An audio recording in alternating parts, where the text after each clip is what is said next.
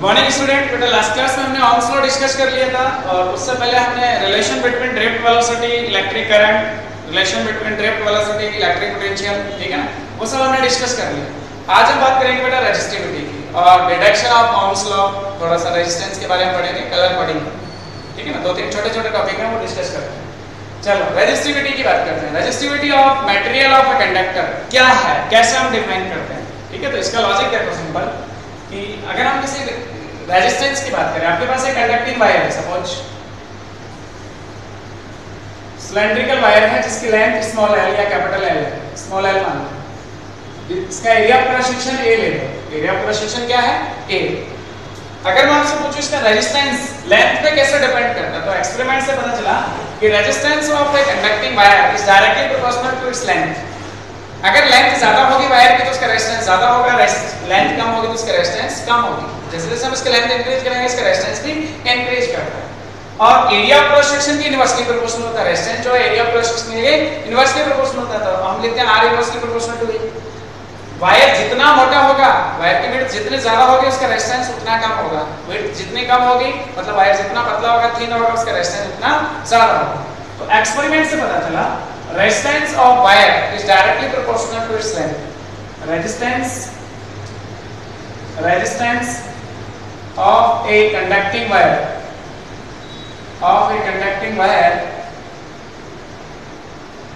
is directly proportional to its length. That is हमारे पास resistance होगा R is proportional to L, equation number 1। जैसे जैसे length increase करेंगे उसका रेजिस्टेंस इंक्रीज होता है। ये एक्सपेरिमेंट से पता चला, हम एक्सपेरिमेंट पे करेंगे लैब में। सेकंड देखो, resistance of wire, resistance of conducting wire, resistance of conducting wire is inversely proportional to proportional to its cross section area,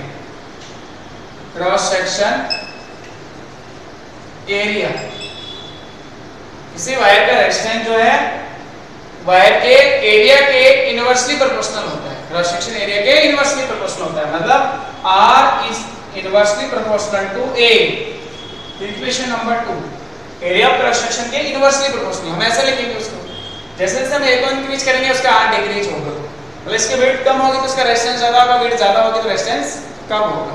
अगर हम दोनों इक्वेशन को कंबाइन करते हैं using first and second, using equation first and second, अगर हम दोनों equation को कंबाइन करें then R proportional to L upon A। जब हम प्रोपोर्शनलिटी साइन करते हैं तो कांस्टेंट लेते हैं rho, resistivity of material of conducting wire, R equals to rho L by A, where rho क्या है, resistivity of material, rho is resistivity of material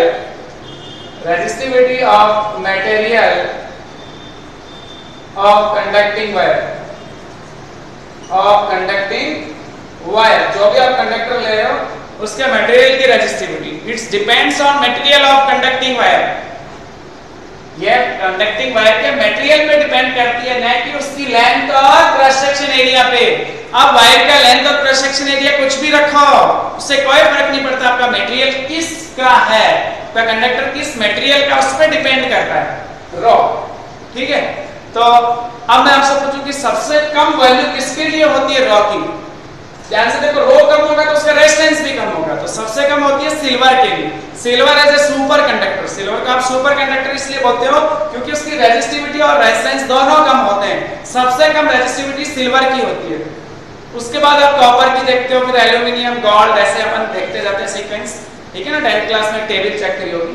और जो नॉन कंडक्टिंग मटेरियल होते हैं, ठीक है, जो इंसुलेटर होते हैं, उनके लिए रेजिस्टिविटी बहुत हाई होती है। कि रेजिस्टिविटी हाई होती है तो उनका रेजिस्टेंस भी हाई होगा और उसमें करंट फ्लो ही नहीं होगा। ओम्स लॉ से हमने सीखा हुआ I = V/R, V = IR, then I = V/R। अगर किसी कंडक्टर का या किसी भी मटेरियल के आर ज्यादा है, रेजिस्टेंस ज्यादा है, इसका मतलब उसकी रेजिस्टिविटी भी ज्यादा है, प्रोपोर्शनल है ना, तो रेजिस्टिविटी भी ज्यादा, आर ज्यादा है, तो उसमें करंट फ्लो ही नहीं होगी, कम होगी।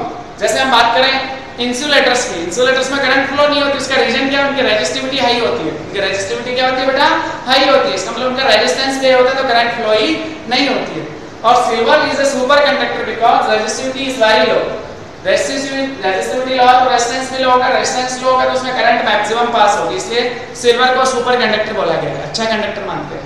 ठीक है, तो ये भी अच्छे से क्लियर हो गया आपको, क्लियर है। उसके बाद मैं आपसे पूछूं रो की यूनिट डायमेंशन बताओ, तो यहां से रो का फार्मूला क्या हो जाएगा, इसको इक्वेशन नंबर 3 दे दो, रो इक्वल्स टू RA/A, ये फार्मूला हो गया। ठीक है ना, केवल मटेरियल पे डिपेंड करता है रो, रेजिस्टिविटी ऑफ मटेरियल जो है वो कंडक्टर के मटेरियल पे ही डिपेंड करता है, उसके लेंथ और क्रॉस सेक्शन एरिया पे डिपेंड नहीं करता है। ध्यान से देखो, unit of rho is R की यूनिट ओम, A की मीटर स्क्वायर और लेंथ की मीटर, 1 मीटर से 1 मीटर कट गया, आंसर आया ओम मीटर। अगर वायर की लेंथ सेंटीमीटर में ले रखी है तो ओम सेंटीमीटर भी लिख देते हैं। Unit of resistivity is ohm centimetre और ओम मीटर, हम दोनों लिख सकते हैं। अब आपसे पूछे रो की डायमेंशन बताओ, डायमेंशन ऑफ रो, तो आप रेजिस्टेंस की डायमेंशन लिख लो और उसके बाद लेंथ से मल्टीप्लाई कर लो। रेजिस्टेंस की डायमेंशन गणित सीखी थी, R=V/I, V की डायमेंशन W/Q से लिखते हैं, I का डिवाइड कर लेते हैं, W/Q, W की डायमेंशन सीखी थी M1L2T-2/Q, A1 T1 ऊपर जाएगा, I भी है, T-3 A-2, ये रेजिस्टेंस की डायमेंशन है। इसको आप मीटर से मल्टीप्लाई कर लो तो आंसर आ गया आपका M1L3T-3 A-2, this is the dimension of resistivity, dimensional formula of resistivity आपको क्लियर हो गया। अब देखो मैं एक जनरल क्वेश्चन जो एग्जाम में पूछा हुआ है, आपको ये पता चल गया कि वायर का रेजिस्टेंस जो है उसके लेंथ पे डिपेंड करता है, लेंथ के डायरेक्टली प्रोपोर्शनल होता है, एक्सपेरिमेंट से पता किया गया लेंथ की और एरिया क्रॉस सेक्शन के इनवर्सली प्रोपोर्शनल होता है, दोनों इक्वेशन को कंबाइन किया तो R=ρL ये फार्मूला बन गया, where ρ is the resistivity of material of conductor और it depends on the material of conductor, ठीक है ना, it does not depends on the length and area cross section of wire, ठीक है ना, उसके एरिया क्रॉस सेक्शन पे depend नहीं करता है, ये आपको पता चल गया। वन एग्जाम में क्वेश्चन पूछा जनरल, बहुत इजी सा क्वेश्चन था, बट उसमें ये पता करना था कि भाई जो वैल्यूज गिवन थी उससे पहले तो ये पता करना कि फिजिकल क्वांटिटी क्या है। क्वेश्चन ये था x गिवन था 24 ओम एंड y गिवन था 48 × 10⁻³ ओम मीटर। आपको इन दोनों को देख के ये पता करना है कि x तो एक वायर का रेजिस्टेंस है और y क्या है, रेजिस्टिविटी, वायर की रेजिस्टिविटी, कंडक्टिंग वायर की रेजिस्टिविटी है। अब उसने बोला कि if length of the wire is half, wire की लेंथ को हाफ कर दिया, then new values of x and y calculate करो, calculate new values of x and y।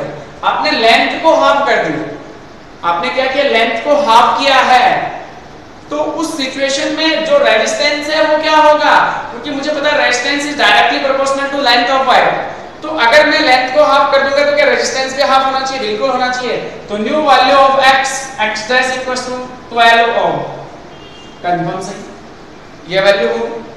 y की वैल्यू चेक करो, y is the resistivity of material of wire, क्या ये depend करती है लेंथ एरिया क्रॉस सेक्शन पे, नहीं, तो ये वैल्यू तो सेम ही रहेगी, y' की वैल्यू उतनी रहेगी 48 × 10⁻³ ओम मीटर, ये वैल्यू चेंज नहीं होगी। ये क्वेश्चन पूछा हुआ एग्जाम में, जनरल क्वेश्चन था, समझ में आ गया होगा। अब हम करते हैं ओम्स लॉ का deduction, deduction of Ohm's law, simple derivation है, ये पहले था इस रेजिस्टिविटी से थोड़ा सा, अब मैंने वो इसलिए कराया पहले क्योंकि आपको फॉर्मूला पता होना चाहिए R का, R=ρL ये भी फॉर्मूला होता है, ठीक है ना, in terms of resistivity R=ρL ये फॉर्मूला आपको ध्यान में रहना चाहिए। टॉपिक है deduction of Ohm's law, Ohm's law का डिडक्शन मतलब V=IR हमें प्रूफ करना है, V=IR हमें क्या करना है, प्रूफ करना है बेटा, ये क्वेश्चन है। ध्यान से देखो, मेरे पास एक कंडक्टर है सिलेंड्रिकल, सिलेंड्रिकल कंडक्टर है जिसकी लेंथ कैपिटल L है, एरिया क्रॉस सेक्शन A है, इसको मैं external electric field potential V से कनेक्ट कर देता हूं, प्लस माइनस v, जिसकी वजह से इसमें करंट I फ्लो होगी, ठीक है ना। x2y, ये डायग्राम हम बार बार काम नहीं ले रहे हैं। सरफेस के फ्री इलेक्ट्रॉन जो हैं वो ड्रिफ्ट करेंगे opposite to electric current vd velocity से। इलेक्ट्रिक फील्ड आपका h2y है, सब कुछ वही है जो डायग्राम पहले आपने बनाया था ना, वैसा ही कुछ डायग्राम है। ध्यान से देखो, मुझे एक्चुअल में आंसर डिटेक्ट करना है, v IR प्रूफ करना है। वी नो दैट, हम ड्रिफ्ट वेलोसिटी vd और करंट का रिलेशन फाइंड आउट कर चुके हैं। We know that I equals to NeAVD, equation number 1। I equals to NeAVD, कोई समस्या नहीं है।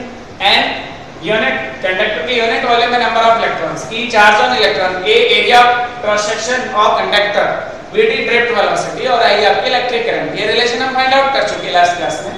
अगर मैं A को I के अपॉन में लिया हूं तो क्या बन गया, करंट डेंसिटी, यूनिट सरफेस से पास होने वाले current J equals to NeVd, ये फार्मूला बन गया आपका। और ड्रिफ्ट वेलोसिटी का फार्मूला तो आप पहले ही डिराइव कर चुके हैं।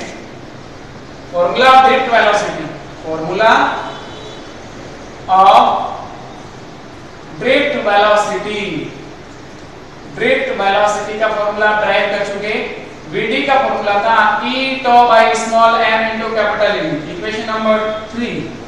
आप क्या करो, 3 से वैल्यू पुट कर लो यहाँ पे, then J equals to Ne, Vd की वैल्यू है E tau by small m into capital E। इसको सिंपलीफाई कर लो बेटा, J equals to Ne square, E multiply E square tau by small m into capital E। देखो ध्यान से, ये वाले कांस्टेंट होंगे, small m number of electrons in unit volume of conductor constant, E charge on electron constant, tau relaxation time constant होता है अलग अलग कंडक्टर के लिए। Small m mass of electron, ये भी कांस्टेंट है। तो ये पूरी क्वांटिटी कांस्टेंट हुई, जिसे हम बोलेंगे conductivity of material of conductor, sigma से डिनोट करते हैं। या sigma equals to Ne square tau by small m। This is the conductivity of conductor or conductivity of material of conductor. Sigma is conductivity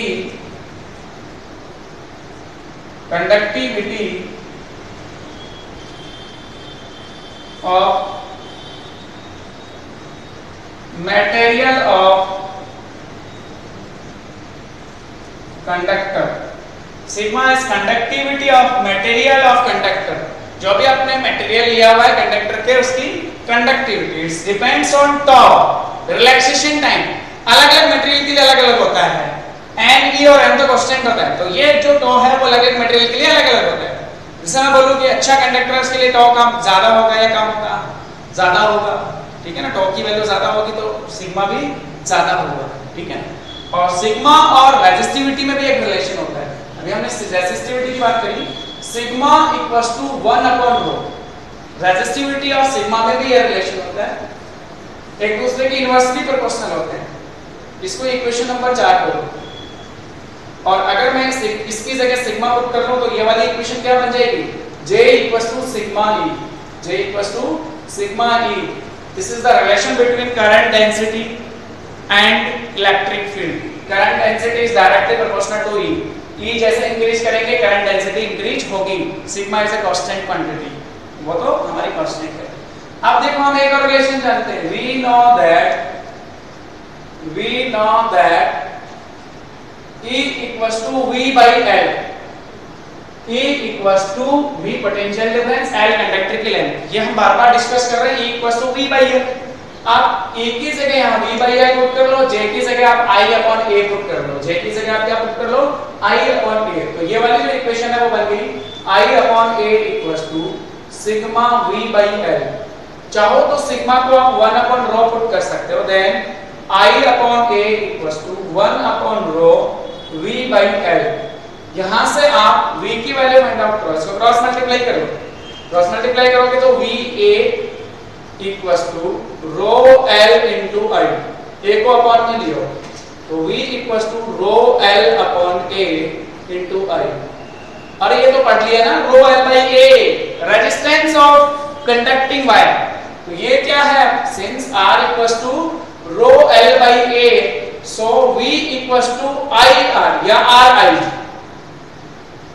this is is the formula of Ohm's law, this is the deduction formula of Ohm's law, V equals to IR। हमें यही prove करना था, हमें यही find out करना था बेटा, जी easy था, कुछ भी नहीं था इस डेरिवेशन में, बहुत आसान था, सब कुछ आपको पहले से ही पता था, इसको सॉल्व करते गए और लास्ट में यहाँ पहुंच गए। ठीक है, बस एक नई चीज आई बीच में, conductivity of material of conductor and resistivity, raw और सिग्मा का रिलेशन आपको पता होना चाहिए। ठीक है, अब हम बात करें बेटा ohmic and unohmic device, ohmic and unohmic devices.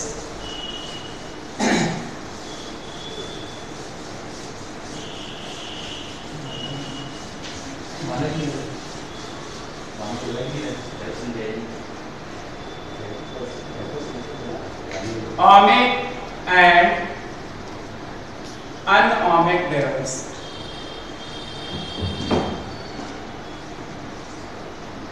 General छोटा सा टॉपिक है, ohmic डिवाइस जो ओम्स लॉ को फॉलो करती है, वो डिवाइस या वो कंडक्टर जो ओम्स लॉ को फॉलो करते हैं उनको हम ohmic डिवाइस बोलते हैं। ऑल कंडक्टर, सिल्वर का हो, गोल्ड का हो, एल्यूमिनियम, कॉपर, ये सब ओम्स लॉ को फॉलो करते हैं, इसलिए हमें बोलते हैं इनको ohmic डिवाइस। अनओमिक डिवाइस जो ओम्स लॉ को फॉलो नहीं करते, डायोड, ट्रांजिस्टर, ठीक है, इलेक्ट्रोलाइट, ये सब ओम्स लॉ को फॉलो नहीं करते। देखो आप जब आगे बढ़ोगे डायोड के लिए तो V और I के बीच जो ग्राफ है वो लीनियर नहीं होगे, कुछ इस टाइप का पढ़ोगे। ये डायोड के लिए ग्राफ पढ़ोगे आप, इसका मतलब डायोड अनओमिक डिवाइस है, ठीक है ना। ये ग्राफ आपका लीनियर नहीं बना, V और I के बीच आप जब रीडिंग्स लोगे, एक्सपेरिमेंट करोगे तो ग्राफ कुछ ऐसा बनेगा, तो डायोड जो है वो अनओमिक डिवाइस हुई। ऐसे आप ट्रांजिस्टर के लिए भी ग्राफ बनाओगे, ठीक है, इलेक्ट्रोलाइट के लिए भी ग्राफ देखोगे तो कुछ ग्राफ ऐसे भी सीखोगे। इसी इलेक्ट्रोलाइट के लिए V और I के बीच ग्राफ हम देखते हैं तो कुछ ऐसा होता है, तो ग्राफ पहले इनिशियली इंक्रीज करता है, फिर एक साथ इंक्रीज कर देता है, ठीक है ना, वोल्टेज जो है, करंट जो है एक साथ इंक्रीज कर देती है। तो ये भी एक अनओमिक डिवाइस का एग्जांपल हुआ जो ओम्स लॉ को फॉलो नहीं करती। बार एग्जाम में क्वेश्चन पूछा था कि तो अनओमिक डिवाइस किसके नाम लिखो, तो हम लिख देंगे डायोड, ट्रांजिस्टर, इलेक्ट्रोलाइट, ठीक है ना, ये सब सिंपल। अब हम बात करते हैं बेटा कार्बन रेजिस्टेंस की। कार्बन रेजिस्टेंस और कलर कोडिंग बहुत आसान है, carbon resistor and colour coding.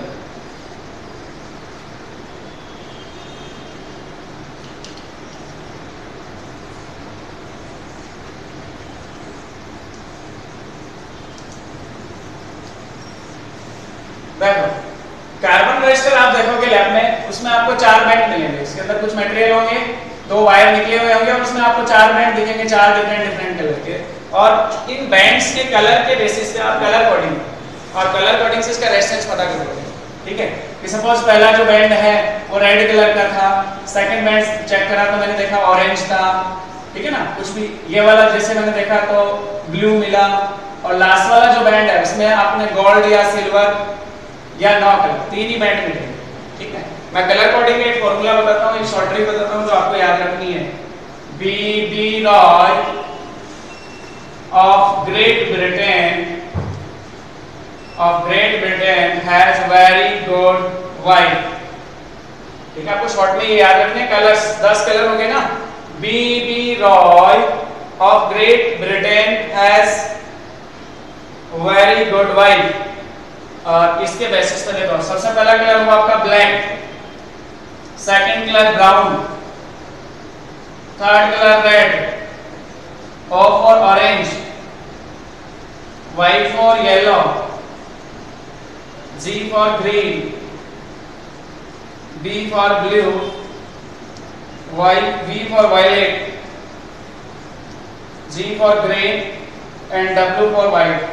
इस तरह से ये अपने पास टोटल 10 कलर है। तो शुरू वाले जो 3 बैंड है बेटा उसमें यही कलर दिखेंगे आपको, और जो लास्ट बैंड है उसमें गोल्ड, सिल्वर या फिर कोई कलर नहीं होगा, 9 कलर। इनको हम कैसे चेक करेंगे, इनको हम कैसे नंबर देंगे, मल्टीप्लायर कैसे लिखेंगे। सबसे पहले हम नंबर की बात करेंगे। जो नंबर है इन कलर्स के वो आपके 0 से स्टार्ट होंगे। ब्लैक के लिए 0, फिर 1, फिर 2, 3, 4, 5, 6, 7, 8, 9। ठीक है ना, ये 10 कलर है, उनको हमने नंबर दिया, 0 से स्टार्ट किया, 0 से 9। आपसे पूछे व्हाइट का कितना नंबर है, 9, ब्लू का कितना है, 6, ऑरेंज का कितना है, 3। तो शुरू के जो 2 बैंड है वो तो आपको ये डायरेक्ट नंबर लिखने हैं इन कलर्स को देख के। तीसरा जो बैंड है उसमें हम लिखेंगे मल्टीप्लायर, इसमें हम लिखेंगे मल्टीप्लायर, 10 की पावर में मल्टीप्लायर। 10 की पावर 0, 10 की पावर 1, 10 की पावर 2, 10 की पावर 3, 10 की पावर 4, 10 की पावर 5, 10 की पावर 6, ठीक है, अलग अलग कलर की है, 10 की पावर 7, 10 की पावर 8, 10 की पावर 9, दो कलर 10 की पावर -1, 10 की पावर -2, कई बार गोल्ड और सिल्वर भी हो जाता है थर्ड बैंड, ठीक है, तो उसका जो मल्टीप्लायर है वो 10 की पावर -1 और 10 की पावर -2, और लास्ट आपका होता है tolerance band. Tolerance band silver gold 9 colour के लिए आपको ध्यान रखना है, गोल्ड के लिए 5%, सिल्वर का 10% और फिर 20% 9 कलर का। अब जैसे आपने ये एग्जांपल लिया, आपने कार्बन रजिस्टर लिया जिसमें ये बैंड थे, फर्स्ट वाला रेड था, second orange band, third blue and last gold. इसका रेजिस्टेंस पता करना है R। रेड का नंबर देखना है, रेड का नंबर है 2, आपको लिखना है 2। सेकंड ऑरेंज का नंबर देखो 3, तो आपने लिखा 3।